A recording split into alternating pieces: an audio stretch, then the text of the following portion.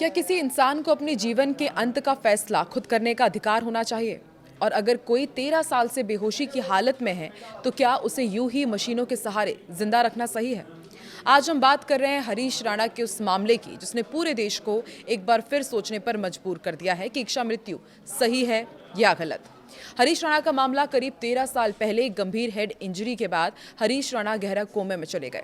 बताया जाता है कि डॉक्टर्स के मुताबिक उनका ब्रेन फंक्शन वापस आने की उम्मीद बेहद कम है। परिवार ने सालों तक उनकी देखभाल की, लेकिन ये लड़ाई सिर्फ मरीज की नहीं, एक पूरे परिवार की मानसिक, शारीरिक और आर्थिक परीक्षा बन गई।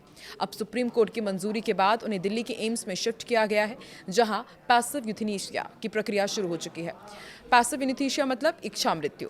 आपको समझाते हैं कि इच्छा मृत्यु है क्या। देखिए, जब कोई व्यक्ति असहनीय पीड़ा से मुक्ति पाने के लिए जीवन समाप्त करने का निर्णय लेता है। इसके दो प्रकार होते हैं, एक्टिव और पैसिव। तो देखिए, एक्टिव यूथेनेशिया के बारे में आपको सबसे पहले बताते हैं। इसमें इंजेक्शन देकर के जीवन खत्म किया जाता है। भारत में इसे गैर कानूनी माना जाता है। दूसरा जो पार्ट है वो है पैसिव यूथेनेशिया, जिसमें लाइफ सपोर्ट या फिर कृत्रिम भोजन बंद कर दिया जाता है और धीरे धीरे शरीर खुद जीवन त्याग देता है। भारत में केवल पैसिव यूथेनेशिया ही सख्त शर्तों के साथ मान्य है। प्रक्रिया कैसे होती है ये भी आपको समझाते हैं। देखिए, ये कोई आसान या तुरंत होने वाली प्रक्रिया नहीं है। कोर्ट की अनुमति जरूरी होती है, डॉक्टर्स की एक्सपर्ट टीम इसकी जांच करती है, मेडिकल रिपोर्ट और परिवार की सहमति सबसे ज्यादा जरूरी होती है। जब प्रक्रिया शुरू होती है तो मरीज को दिए जा रहे कृत्रिम पोषण, मतलब उनको जो खिलाया जाता है, जो लाइफ सपोर्ट सिस्टम उनको लगा करके रखा जाता है, उनको हटा दिया जाता है। लेकिन सबसे बड़ा सवाल, मृत्यु कब होती है और हरीश राणा की मृत्यु कब होगी? क्योंकि अब जो लगातार हम प्रोसेस देख रहे हैं, उसको लेकर के नए नए अपडेट सामने आते हैं। तो डॉक्टर्स के मुताबिक ये जो पूरा प्रोसेस है वो कुछ घंटों का नहीं है, बल्कि 15 दिन, 1 महीना या उससे ज़्यादा का भी वक्त लग सकता है। यानी एक धीमी और प्राकृतिक प्रक्रिया होती है जिसमें शरीर धीरे धीरे जवाब देता है।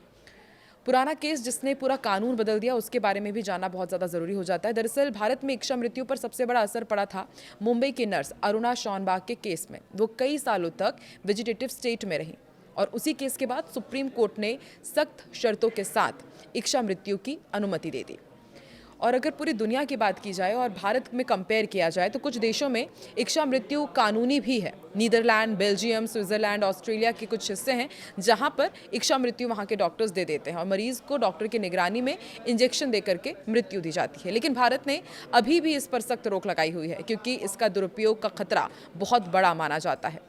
अब आपको ये भी समझाते हैं कि इसको धर्म कैसे देखता है, समाज कैसे देखता है और संवेदनाएं कितनी बढ़ती हैं। देखिए, इस मुद्दे पर समाज में अलग अलग राय है।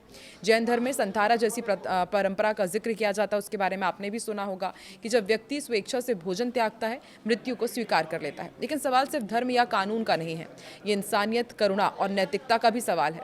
हरीश राणा का मामला सिर्फ एक व्यक्ति की कहानी नहीं है, ये उन हजारों परिवारों की कहानी है जो ऐसे ही दर्द और असमंजस में जी रही है। क्या जीवन को हर हाल में बचाए रखना जरूरी है या फिर कभी कभी मुक्ति ही सबसे बड़ी राहत होती है?